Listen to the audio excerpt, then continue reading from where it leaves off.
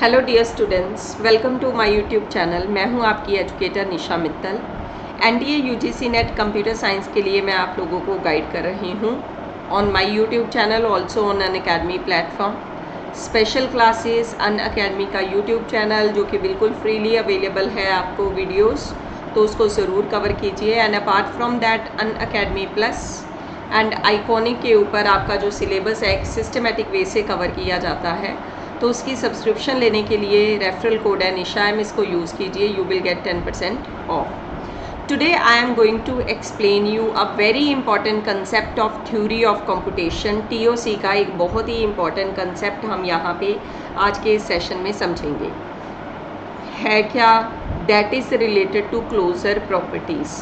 ठीक है, closure property के क्वेश्चंस को करना कैसे है, आई विल एक्सप्लेन दैट, क्योंकि जनरली स्टूडेंट्स बहुत डिफ़िकल्टी महसूस करते हैं इस तरह के क्वेश्चंस में, जबकि ये स्कोरिंग क्वेश्चंस है, because you can give 100% correct answer here.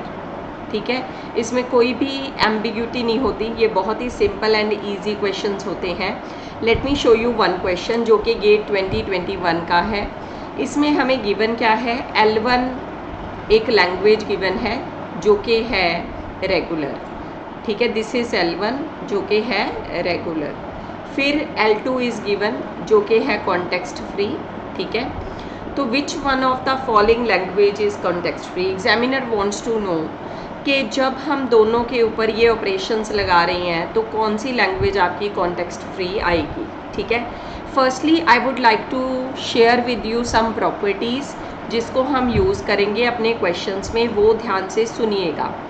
वो एक तो क्लोजर प्रॉपर्टीज़ का टेबल होता है जो हमें याद करना होगा। अपार्ट फ्रॉम दैट एक स्पेशल केस है, मैं सबसे पहले वही डिस्कस करूँगी आपके साथ। अगर हमें कभी भी रेगुलर की यूनियन लेनी है कॉन्टेक्स्ट फ्री के साथ, तो इसका आंसर आएगा कॉन्टेक्स्ट फ्री लैंग्वेज। अगर रेगुलर की यूनियन हमें कॉन्टेक्स्ट सेंसिटिव के साथ लेनी है तो आंसर आएगा कॉन्टेक्स्ट सेंसिटिव लैंग्वेज। अगर आपको यूनियन लेनी है रिकर्सिव के साथ तो आंसर आएगा रिकर्सिव।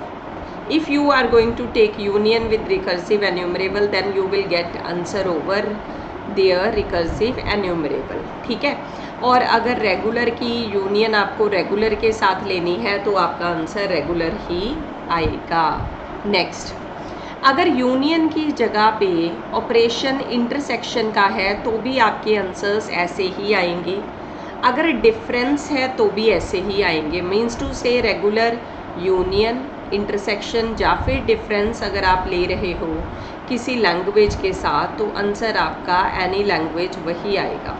क्लियर? ठीक है, this is the main property जब भी रेगुलर के साथ हमें यूनियन इंटरसेक्शन लेना है। ठीक है, देखो अगर तो यहाँ पे होता कि ये L1 जैसे गिवन है रेगुलर इंटरसेक्शन, ये क्या लिखा है L2 क्या है हमारी कॉन्टेक्स्ट फ्री, लेकिन ऊपर लिखा है इसका कॉम्प्लीमेंट।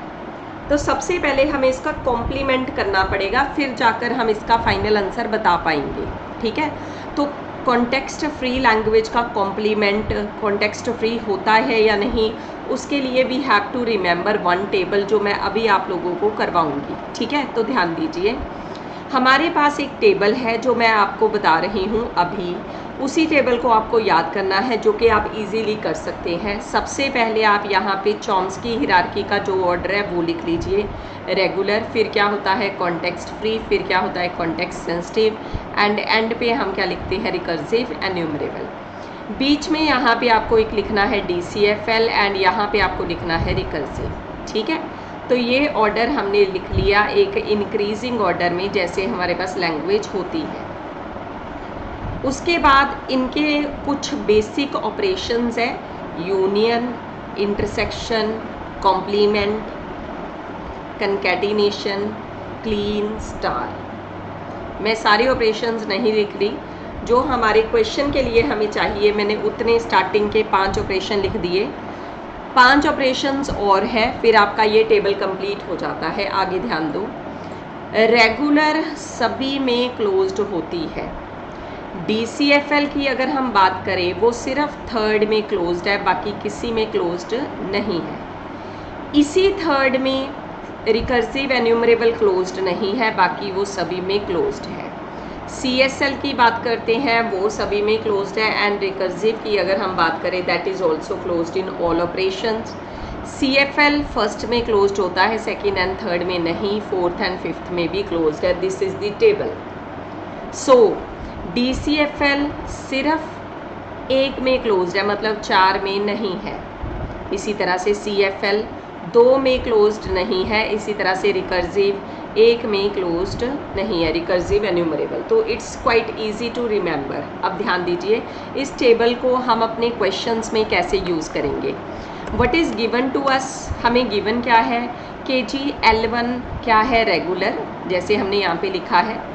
लेकिन CFL का कॉम्प्लीमेंट अब आप टेबल में देखो, क्या CFL, दिस इज CFL, मैं हाइलाइटर से बताऊंगी, ध्यान दीजिए, दिस इज CFL, क्या ये कॉम्प्लीमेंट के अंडर क्लोज्ड है नहीं, बिकॉज क्रॉस लगा है। तो इसकी हायर वैल्यू देखो, क्या वो क्लोज्ड है, यस। तो CFL का कॉम्प्लीमेंट CSL आएगा, तो CFL का कॉम्प्लीमेंट किस में कन्वर्ट हो जाएगा, CSL में। This is the point.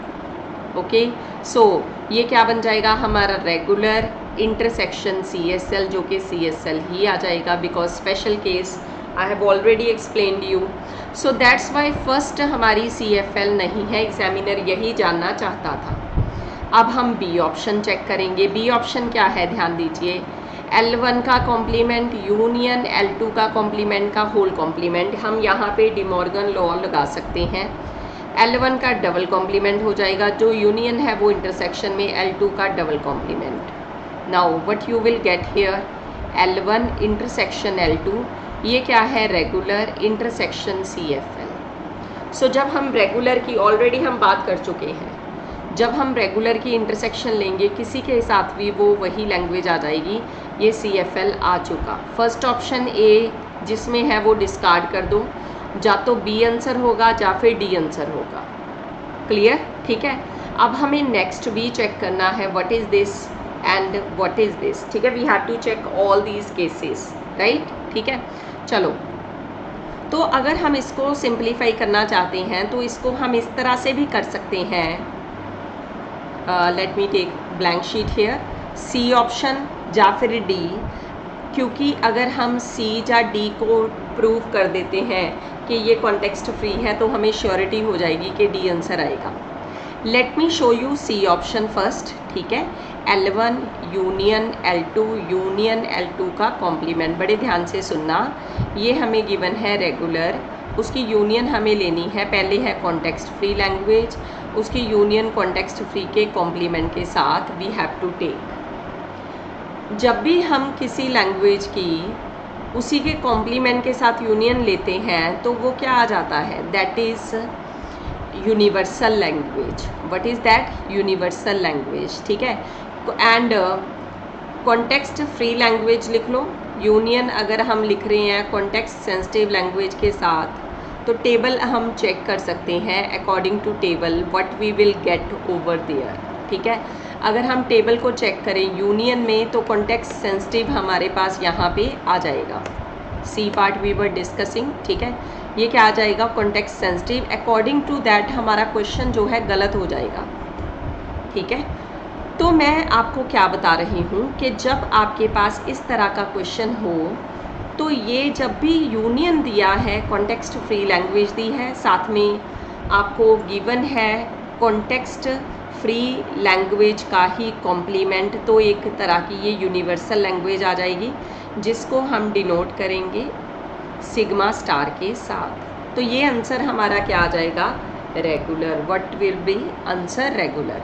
Regular को हम कॉन्टेक्स्ट फ्री लैंग्वेज कह सकते हैं, that's why C option is also true. Now let's discuss D option कैसे करेंगे। ध्यान दीजिए, ज़रूरी नहीं होता कि जैसे उसने क्वेश्चन दिया है लकीर के फ़कीरी बनना है वैसे ही करना है, इट्स नॉट नेसेसरी, ठीक है। Now let's see this question.